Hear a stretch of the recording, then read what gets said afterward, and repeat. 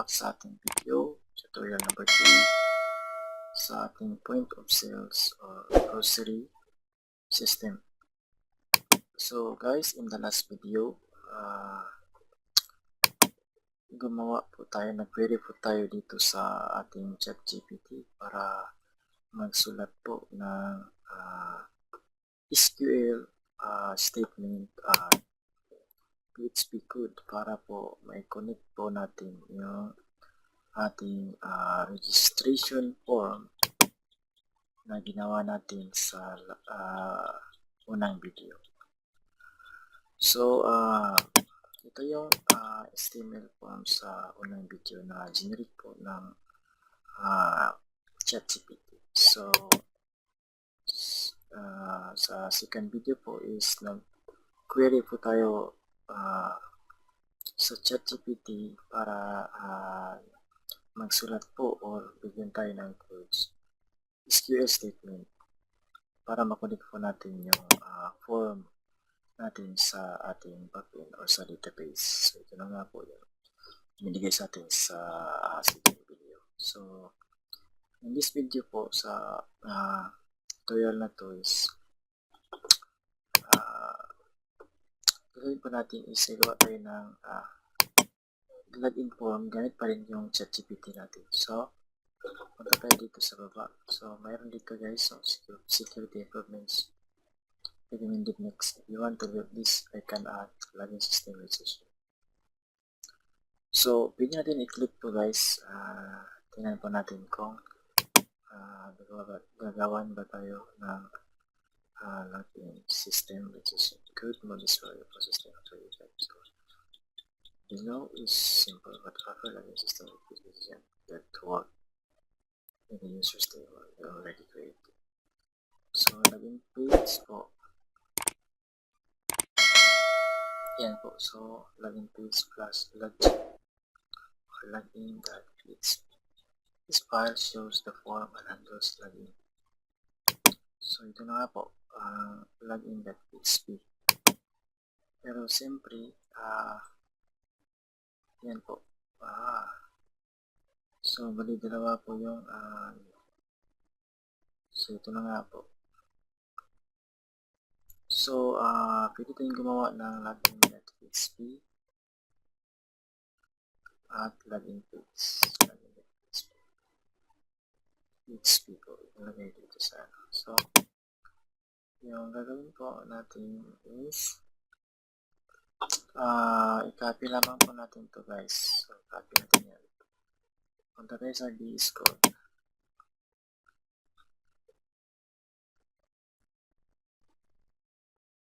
Yan. So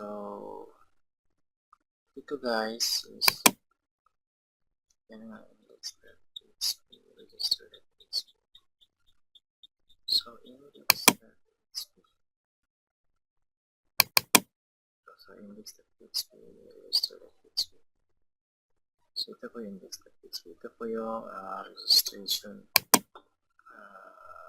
Bali ito yung page sa create account page. Ito naman po yung PHP codes para may connect po yung form at saka patungo sa database. So click po tayo ng file na login.php. Yan. Tapos paste natin yan. Okay. Save natin. Okay, so start include db.php.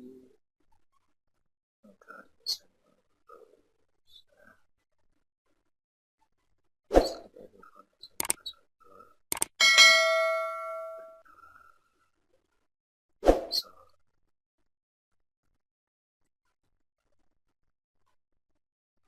just for the PHP.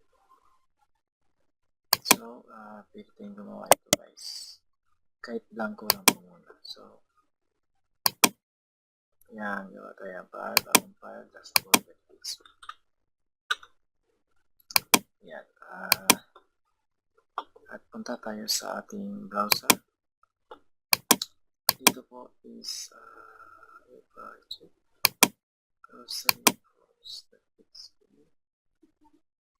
system log in that PHP. So yan na po, login that PHP. So nakikita niyo po, dito is medyo hindi naman nakaset yung pwede tayo maglagay ng padding at sabihin na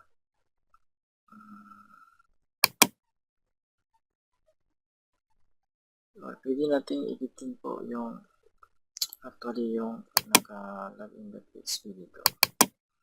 So halimbawa po dito sa login box padding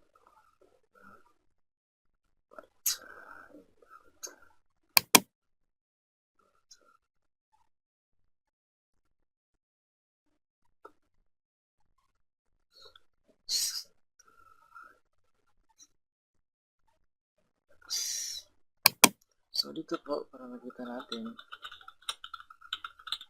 ito fix ito para makita po natin yung box. Ayan na yung box. So parang yung width at saka height ng ating ito po yung problema dito. So yung width padding okay 100%. So okay natin sabihin 90% bago 90%.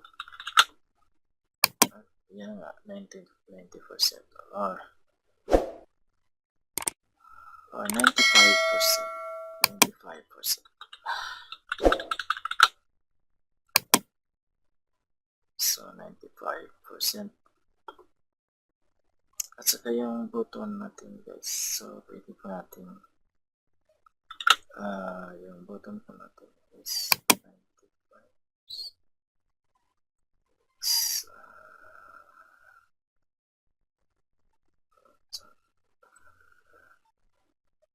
Login box. Pwede natin kapihin po dito yung lagay po natin dyan. Yan. Walang nagbago. So, display block. Okay. Block. Display block.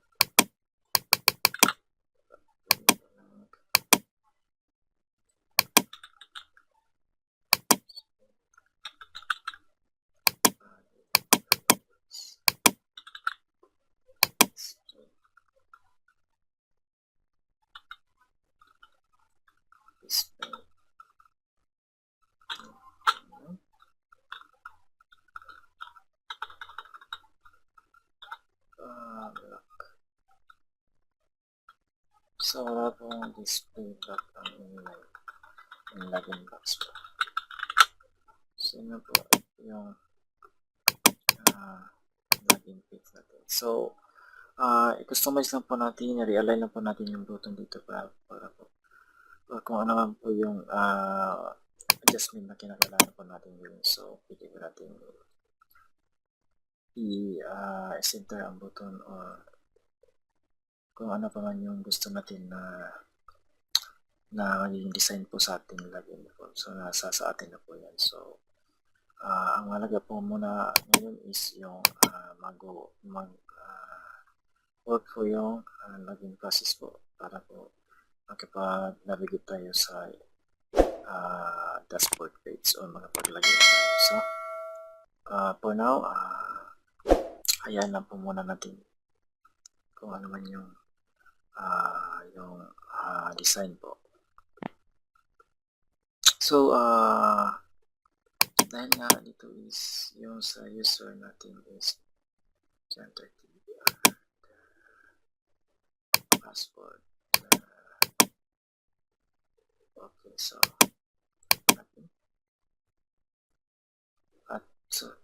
at yun nga guys. So, ulitin po natin